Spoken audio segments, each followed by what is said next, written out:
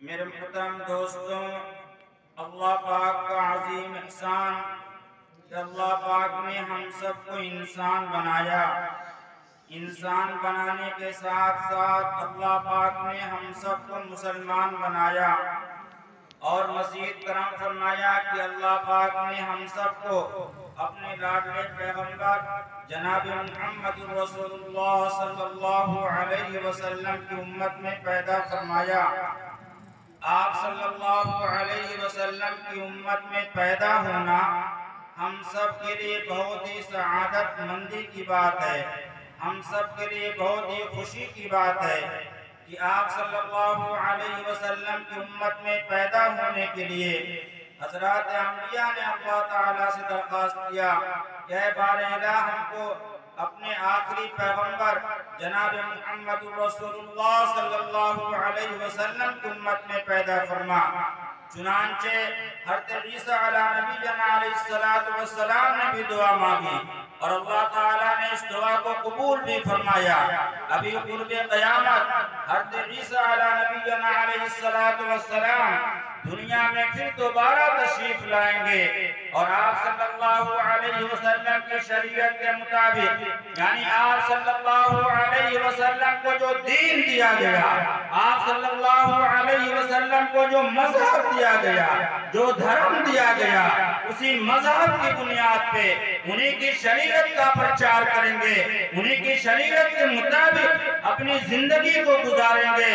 और मुसलमानों याद रखना, ये हरगिज़ मत सोचना कि अल्लाह ने हमें ऐसे ही पैदा कर दिया है। इस पैदा करने का अल्लाह का कोई मकसद नहीं है, बल्कि अल्लाह ने ऐसे ही पैदा कर दिया। जिंदगी गुजार लो, ऐशो इशरत कर लो, दुनिया के अंदर मस्तियां कर लो, खेल तमाशे कर लो, लव लाइफ कर लो, फिर मरने के बाद आपसे कोई हिसाब किताब नहीं होगा। याद रखना, अल्लाह रब्बुल इज्जत ने तंबीह फरमाया, खबरदार किया, ऐ इंसानों ये गुमान ना रखना कि हमने तुम्हें ऐसे यूं ही पैदा कर दिया, बेकार पैदा कर दिया। नहीं, बल्कि अल्लाह रब्बुल इज्जत ने अपनी इबादत के लिए पैदा किया है, अपनी तपस्या के लिए पैदा किया है, अपनी पूजा पाठ के लिए पैदा किया है। बल्कि कुरान तो कहता है वमा खलक़तुल जिन्ना वल इंसा इल्ला लियअबुदून। इसके अलावा हमारे हिंदू भाइयों की किताबों के अंदर भी एक चीज मौजूद है। गीता के अंदर लिखा हुआ है ऐशाम न विद्या न तपोन दानम ज्ञानम न शीलम न गुणो न धर्म ते मृत्युलोके बुरी बार भूता मानव स्वरूपे मृगा चरंती। यानी दोनों के अंदर कहा गया इंसान को अल्लाह ने, परमेश्वर ने बेकार नहीं पैदा किया है, बल्कि ईश्वर ने, परमात्मा ने अपनी बंदगी के लिए, अपनी तपस्या के लिए, अपनी पूजा पाठ के लिए पैदा किया है। इंसानों याद रखना, एक दिन आकर के रहेगा जब तुम्हारे ऊपर मौत आएगी, मौत का फरिश्ता आएगा और आपकी जान को कब्ज करेगा, आपकी रूह को निकालेगा। अगर आप नेक हैं, आपने अपनी जिंदगी के अंदर नबी का तरीका अपनाया, अल्लाह का खौफ पैदा किया है, कब्र का डर रखा है, मैदान हश्र का डर रखा है, जहन्नम का खौफ रखा है, आपकी जिंदगी नबी के तरीके के मुताबिक गुजरी है, आप खुशी खुशी अपनी जान को कुर्बान करेंगे और फरिश्ता आएगा, 500 फरिश्तों के साथ आएगा, आपके चेहरे के ऊपर एक गुलदस्ता रखेगा जिसकी खुशबू से आप मुअत्तर होंगे, आपकी रूह उसको सूंघती रहेगी। फरिश्ता बआसानी आपकी जान को परवर निकाल लेगा, आपकी रूह को कब्ज कर लेगा और लेकर के जाएगा आसमान पे। पहले आसमान पे पहुंचेगा, पहले आसमान के जो फरिश्ते होंगे वो कहेंगे मरहबा मरहबा, किस अच्छे इंसान की रूह को लेकर के आया है, कैसी पाकीज़ा रूह है, कैसे नबी का फरमाबरदार है, अल्लाह की अताअत करने वाला था, नबी का शहदाई था, नबी का आशिक था। लेकिन जब यह इंसान तो बुरा होकर के मरेगा, अल्लाह की नाफरमानी करके मरेगा, नबी के तरीके से हट करके मरेगा, नबी के अहकाम को तोड़ करके मरेगा, नबी की अपनी जिंदगी के अंदर नबी का तरीका लेकर के नहीं मरेगा, नबी का तरीका बना करके नहीं मरेगा। जब पहुंचेंगे फरिश्ते, वहां पे फरिश्ते जो होंगे वो कहेंगे कैसी बदबूदार रूह लेकर के आया है, कैसी गंदी रूह लेकर के आया है। मेरे मोहतरम दोस्तों, बड़ा बुरा हश्र होगा। याद रखना, अल्लाह ताला ने कुरान में कहा फमन यअमल मिस्काल ज़र्रतिन खैरन यरह वमन यअमल मिस्काल ज़र्रतिन शर्रन यरह। हर इंसान जर्रा बराबर बुराई को देखेगा, जर्रा बराबर भलाई को देखेगा। और मरने के बाद तो जैसे दुनिया के अंदर आपने देखा होगा बड़ी बड़ी सीढ़ियां चलती हैं, पैदल चलते हैं, टेलीविजन के ऊपर स्क्रीनें आती हैं, ऐसे मरने के बाद मैदान हश्र में आपके करतूतों की टीम चलेगी, आपके करतूतों का ऐसे टेलर चलेगा। आप देखेंगे वहां पे अपने करतूतों को, मैंने ये अमल नबी के खिलाफ किया, शादी की नबी के खिलाफ, पैदाइश नबी के खिलाफ, मरना जीना नबी के तरीके के खिलाफ। आखिर आप वहां पे क्या अंजाम आपका होगा? आप अल्लाह के नबी को कैसे मुंह दिखाओगे मुसलमानों? वो नबी जो 23 साल तक इस उम्मत की खातिर रोता रहा, 24 घंटा रोता रहा, अल्लाह के सामने फरियाद करता रहा। आखिर वक्त में नबी कहते गए या रब्बे उम्मती, या रब्बे उम्मती, ऐ मेरे रब, मेरी उम्मत का क्या हाल होगा? आज उम्मत का हाल ये है, आज उम्मत का नौजवान बुराइयों के अंदर मुब्तला है, फाहशियों के अंदर मुब्तला है, ज़िनाकारी कर रहा है, बदकारी कर रहा है, बदनिगाही कर रहा है, दूसरी लड़कियों पे गलत निगाह डाल रहा है। याद रखना, अल्लाह ताला ने कहा वला तक़रबुज़्ज़िना इन्नहु काना फ़ाहिशा। ऐ लोगों, ज़िना के करीब मत भटको। आज जो है इंसान अपनी आंखों को ना जाने कितनी बुराइयों के अंदर मुलव्विस करता है, ना जाने कितनी गैर लड़कियों पे निगाह डालता है। याद रखना नौजवानों, गैर मुसलमानों, अपने आप को संभालो, अपनी इज्जत को नीलाम ना होने दो, नबी को शर्मिंदा ना करो, नबी के चेहरे को झुकने ना दो। आप तो नारा लगाओगे, नारे रिसालत, नारे हैदरी, गौस आज़म, गौस का दामन नहीं छोड़ेंगे। अरे पकड़ा कब गौस का दामन? गौस का दामन पकड़ा होता जब तो बोलता गौस का दामन नहीं छोड़ेंगे। गौस का तरीका यही था, गौस तो नबी के आशिक थे, नबी के शहदाई थे, नबी के एक एक अमल पे, नबी के एक एक सुन्नत पे अमल करने वाले थे। जब वो थे गौस आज़म बने, जब जाकर के कुतुब अब्दाल बने, जब जाकर के वली कामिल बने। आपके अंदर कौन सी नबी की सीरत है? नबी की कौन सी सुन्नत आपने जिंदा कर लिया? नबी का चेहरा रखते हुए शर्म आती है? शर्म महसूस करते हो? नबी का चेहरा सारे चेहरों में सबसे अफजल चेहरा है, सबसे अच्छा चेहरा है, सबसे मुकद्दस चेहरा है, सबसे मुतबर्रक चेहरा है। आज तुमसे कहा जाता दाढ़ी रख लो, कहा तो अरे मियां अभी जाने दो, अभी जवान है, थोड़ा ऐश कर लेने दो, थोड़ा मस्तियां कर लेने दो। अगर मौत का फरिश्ता आ गया तो क्या कहोगे मौत के फरिश्ते से? थोड़ा मोहलत दे दो, थोड़ा मौका दे दो। नहीं मौका मिलने वाला नौजवानों, अपने आप को सुधार लो, अपने आप की जिंदगी को बदल लो, नबी के तरीके पे आ जाओ। आज देखो तुम्हारी कितनी इज्जतें नीलाम की जा रही है। आज मुसलमानों का क्या हाल हो रहा है? जुल्म पे जुल्म हो रहा है, सताए जा रहे हैं, काटे जा रहे हैं, मूली की तरह काटे जा रहे हैं, बेइज्जत किए जा रहे हैं, रुसवा किए जा रहे हैं। ऐ मुसलमानों, अगर आज अपने अंदर नबी का अखलाक पैदा कर लो, नबी की सीरत पैदा कर लो, कोई मुआई का लाल नहीं है जो आग से आपके आंख से आंख मिला दे, आपके आंख आपके ऊपर गलत निगाह डाल दे। पहले नबी का तरीका तो अपनाओ। वही सहाबे किराम है, जंगल के अंदर निकलते थे, रास्ता भूल जाते थे, शेर चुन लिया करके आता था और जंगल का रास्ता बदलाता था, रहनुमा बन जाता था, जंगल से निकलने का रास्ता बदलाता करके अपनी जगह रुखसत लेता था। लेकिन आज नौजवानों, आज क्या हाल हो रहा है, हमारे ऊपर कितने जुल्म हो रहे हैं, कितने सितम हो रहे हैं, फिर भी हमारी आंखें नहीं खुलती हैं, हम बेदार नहीं हो रहे, हाथ पे हाथ धरे बैठे हुए हैं, हम तो मुसलमान हैं, हम ऐसे जन्नत में चले जाएंगे। इतनी आसान जन्नत नहीं है। याद रखना मेरे मोहतरम दोस्तों, हम सब जान रहे हैं हमारे घरों के अंदर तकरीबन रोजाना रोटियां पकती है।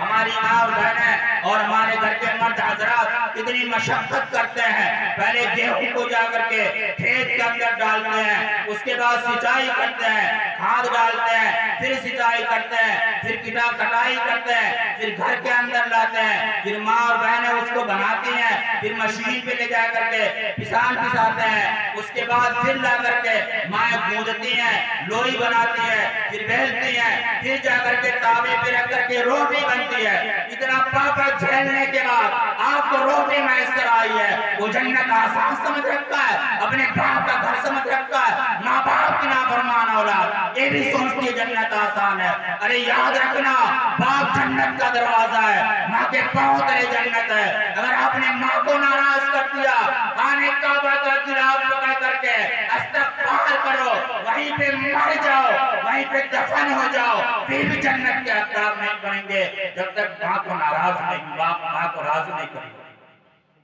माँ को राजी नहीं कर लोगे। इतनी आसान मत न समझना। सहाबे किराम की जिंदगी देखो, हम ज्यादा देर नहीं बोलेंगे, बस 20 मिनट बोलेंगे। सहाबा की जिंदगी देखो, कैसी जिंदगी है, कितनी मशक्कतें झेली, कितनी तकलीफें उठाई, यहाँ तक के पेटों पे पत्थर बांधा, 2-2 महीना घर के अंदर चूल्हा नहीं जला, लेकिन वो माँ कुर्बान चाहिए। आज की माँ का क्या हाल है, बैठ करके गीबत करना, चोरी करना, बहतान बांधना। ऐ माँ याद रखना, अल्लाह ने साफ साफ कहा, वैल लिकुल्लि हुमज़तिन लुमज़ा, वैल है, बर्बादी है, हलाकत है उन लोगों के लिए जो लोग एक दूसरे की टोह में रहते हैं, जो लोग एक दूसरे की टोह में लगे रहते हैं। याद रखना मुसलमानों, अगर ऐसा आप करेंगे आपके लिए भी हलाकत है, बर्बादी है। और अल्लाह ने क्या फरमाया, अल्लज़ी जमा मालन व अद्ददा, और जो लोग माल को जमा करते हैं, गिन कर रखते हैं, तह करके रखते हैं, ऐसे लोगों के लिए अल्लाह का दर्दनाक अज़ाब है। नारुल्लाहिल मुक़द्दा, जहन्नम की आग इनके दिलों में छेद कर डालेगी, इनके दिलों के अंदर सुराख पैदा कर देगी। आज दुनिया की आग जो होती है, इससे दिल जल नहीं पाता है, इंसान मर जाता है, इंसान मौत की आगोश में आ जाता है। लेकिन जहन्नम की जो आग होगी वो आपके दिलों में छेद करेगी, आपके दिलों में सुराख करेगी, लेकिन वहां आपको मौत नहीं आएगी। ऐ मेरे दोस्तों, ऐ बराड़ी वालों, तमाम इंसानों, अपने आप को सुधारो, अपनी जिंदगी के अंदर तब्दीली लाओ, इनकलाब पैदा करो। आखिर 313 थे, इतने लोगों पे भारी पड़ गए, आखिर उनके अंदर क्या था, ईमानी जज्बा था, ईमानी वलवला था, और उनकी माओ ने ऐसे उनकी तरबियत की थी। आज हमारी माओ का हाल तो बहुत बुरा हाल है, इनका मुआशरा गंदा, इनका पहनावा गंदा, लिबास ऐसा चुस्त है जिसकी निगाह नहीं उठना चाहिए, उसकी भी निगाह उठ जाती है। मेरी माँ और बहनों, अपनी जिंदगी के अंदर सुधार पैदा करो, हया पैदा करो, शर्म पैदा करो, बेहयाई से अपने आप को बचाओ, बेशर्मी से बचाओ, बच्चियों की अच्छी तरबियत करो। आज देखो बच्चियों की क्या हाल है, गैरों के साथ करार है, कोई फिक्र नहीं, जहन्नम का टिकट ले लिया, लेकिन कोई फिक्र नहीं है, खुशी खुशी जिंदगी गुजार रही है। मेरी माँ और बहनों, और बाप जो औलाद के बाप हो, वो भी सोचो, अगर आपने तरबियत किया होता, आपने दीन सिखलाया होता, दीन से वाबस्ता रखा होता, ईमान को मजबूत बनाया होता, सहाबा का वाकया सुनाया होता, उनकी तरबियत कुछ और होती। जान जाए जाने दो, शान जाए जाने दो, लेकिन ईमान नहीं जाने देंगे। ईमान को बचाएंगे, यही ईमान जन्नत का हकदार बनाएगा, यही ईमान जन्नत के अंदर ले जाएगा। लेकिन ऐ मुसलमानों, इस ईमान पे आप घमंड करते हो, आप फख्र करते हो, अपने ईमान पे आप मुतमईन हो। यही ईमान आपका बिस्तर से उठा करके मस्जिद में नहीं ले जाता, घर से उठा करके दीनी मजलिस में नहीं लाता है। फिर ये ईमान पुरसरात का रास्ता जो 1500 साल का रास्ता है, बारिश बाल से बारीक है, तलवार से तेज है, उस पे आपको 1500 साल का रास्ता तय करना है। पूरा करके जो है तब जाकर के आपको जन्नत के अंदर दाखिल होना है। लेकिन नहीं मेरे मोहतरम दोस्तों, अल्लाह का एहसान मानिए, नबी पाक सल्लल्लाहु अलैहि वसल्लम पे कुर्बान जाइए। ऐसा दीन दे दिया, अल्लाह ने फरमाया अगर तूने दीन के मुताबिक अपनी जिंदगी को गुजार लिया तो हम तुम्हें पुरसरात पे ऐसा पार करेंगे, ऐसा पार करेंगे। एक पैर रखेगा, दूसरा कदम जन्नत के अंदर पहुंचेगा। जन्नत वो जगह है जहाँ ऐश ही ऐश है, आराम ही आराम है, सुकून ही सुकून है। नो टेंशन, कोई टेंशन नहीं, हमेशा जवानी है, बुढ़ापा खत्म है, बीमारी खत्म है, टेंशन खत्म है, रोजी की फिक्र खत्म है, बीमारी खत्म है, जवान बुढ़ापा खत्म है, सारी की सारी चीजें आराम वाली है। सब कुछ जन्नत के अंदर मैसर होगा। लेकिन अपने आप को दुनिया के अंदर नफ्स हवा, अपने आप को नफ्स के हवाले ना करो, जो नफ्स कहे उसके मुताबिक जिंदगी ना गुजारो, बल्कि ये देखो मेरा रब क्या चाह रहा है, मेरे नबी का फरमान क्या है, मेरे नबी की शरीयत क्या है, मेरे नबी का तरीका क्या है, उस तरीके के मुताबिक जिंदगी गुजार लो। आप यहाँ भी कामयाब हो जाओगे, मरने के बाद जो हमेशा हमेशा की जिंदगी है वहाँ भी कामयाब रहोगे। और फिरारी गाँव वालों, इन मकातिब को मामूली ना समझना, ये मकातिब दीन के किले हैं, यहाँ से दीन की हिफाजत होती है। जब हिंदुस्तान के अंदर अंग्रेजों का तसल्लुत था, अंग्रेज यहाँ पे हाकिम था, अंग्रेज यहाँ पे मुसल्लत था, हम अंग्रेज के गुलाम थे, हम अंग्रेज के नौकर थे। आखिरकार जंग होती रही, जंग होती रही, कभी हारते रहे, कभी जीतते रहे।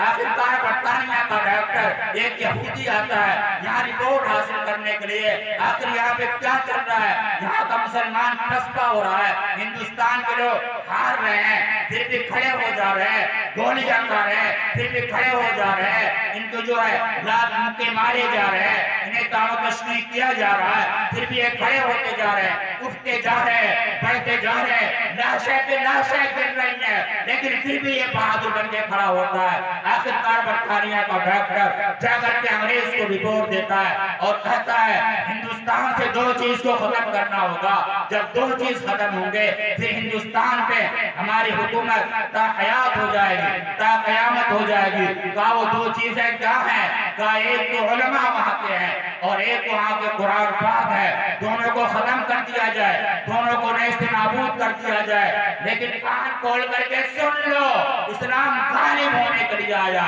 इस्लाम मिटने के लिए नहीं आया, इस्लाम गालिब हो करके रहेगा। नबी का फरमान है, इस्लाम हर कच्चे पक्के मकान के अंदर दाखिल होकर के रहेगा।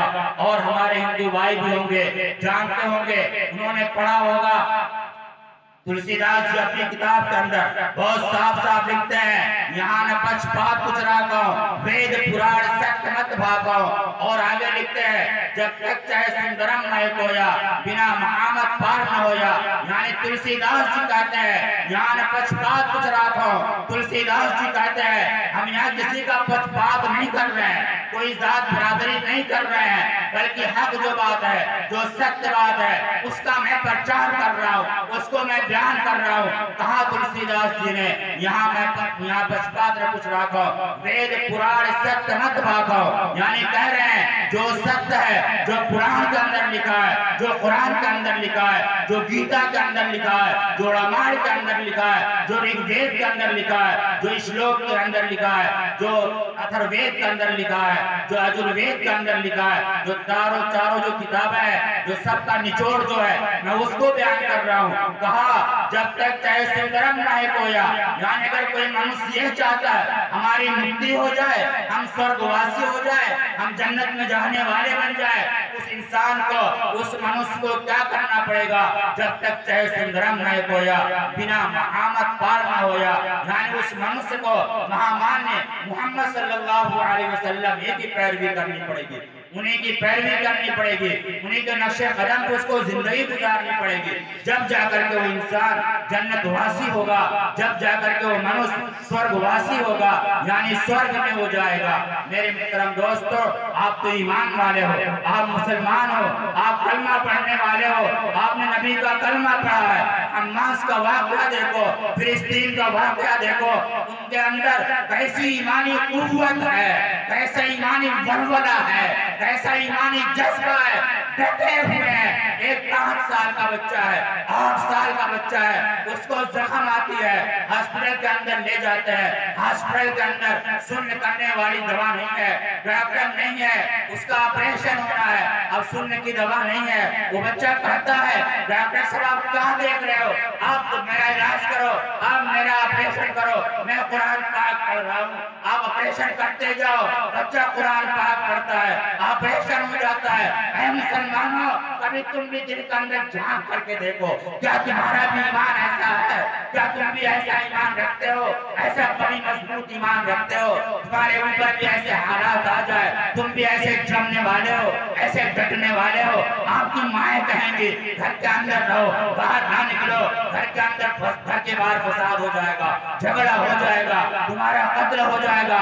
ऐ माँ और बहनों, अपने अंदर हिम्मत पैदा करो, जज्बा पैदा करो, ऐसे नौनिहालों को जन्म दो जो सुल्तान अयूबी बने, जो कासिम बिन नानवी बने, कारी तैयब बने, और निजामुद्दीन औलिया बने, मोइनुद्दीन चिश्ती बने।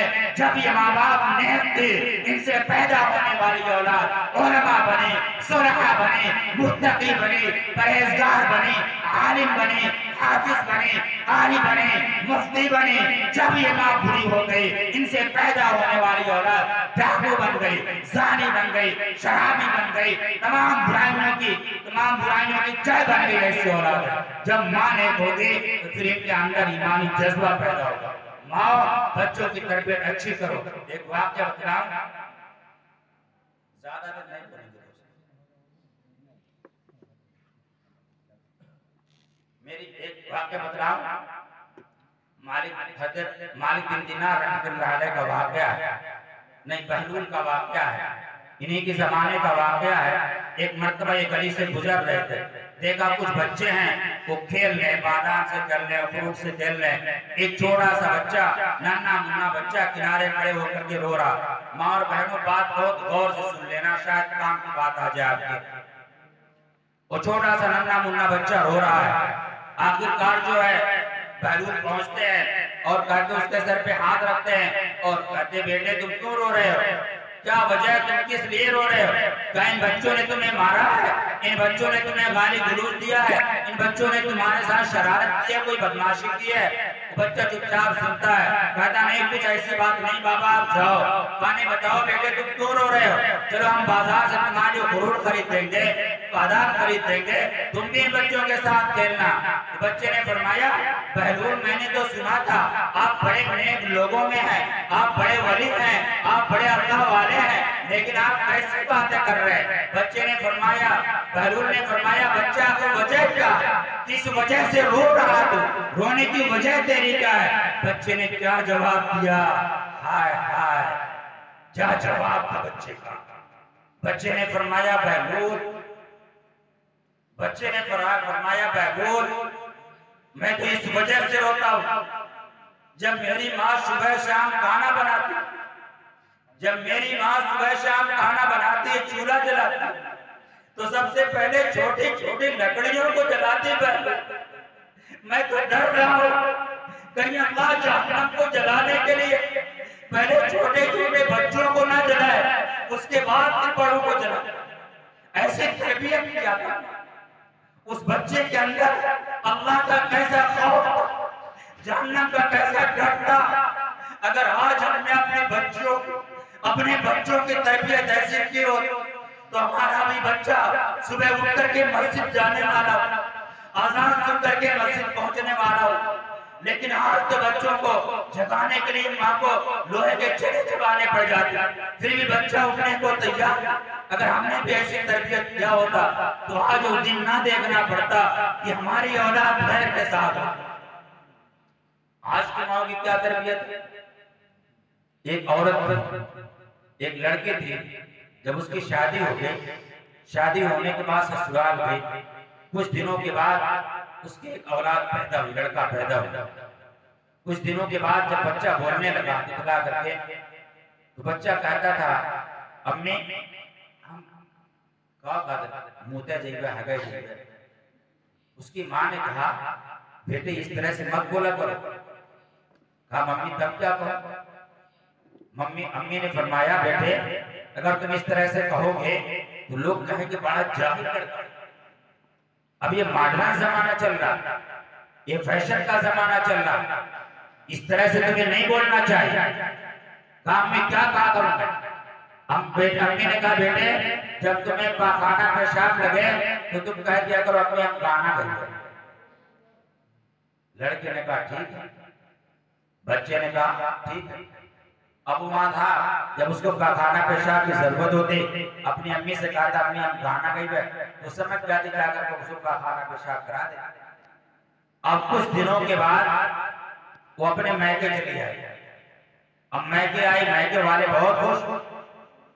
उसके बाप ने नाती देखा, माँ ने नाती देखा, सब बड़े खुश, नाती आया। जब शाम हुई तो बच्चे ने कहा, अम्मा हम नाना के पास सोई बैठ। नाना भी खुश कि मेरा नाती मुझसे बहुत मोहब्बत करता है। तो नाना कहे ठीक है बेटे। रात को सोया। अब उसको जब पेशाब का खाना लगी तो कहे नाना हम गाना गए।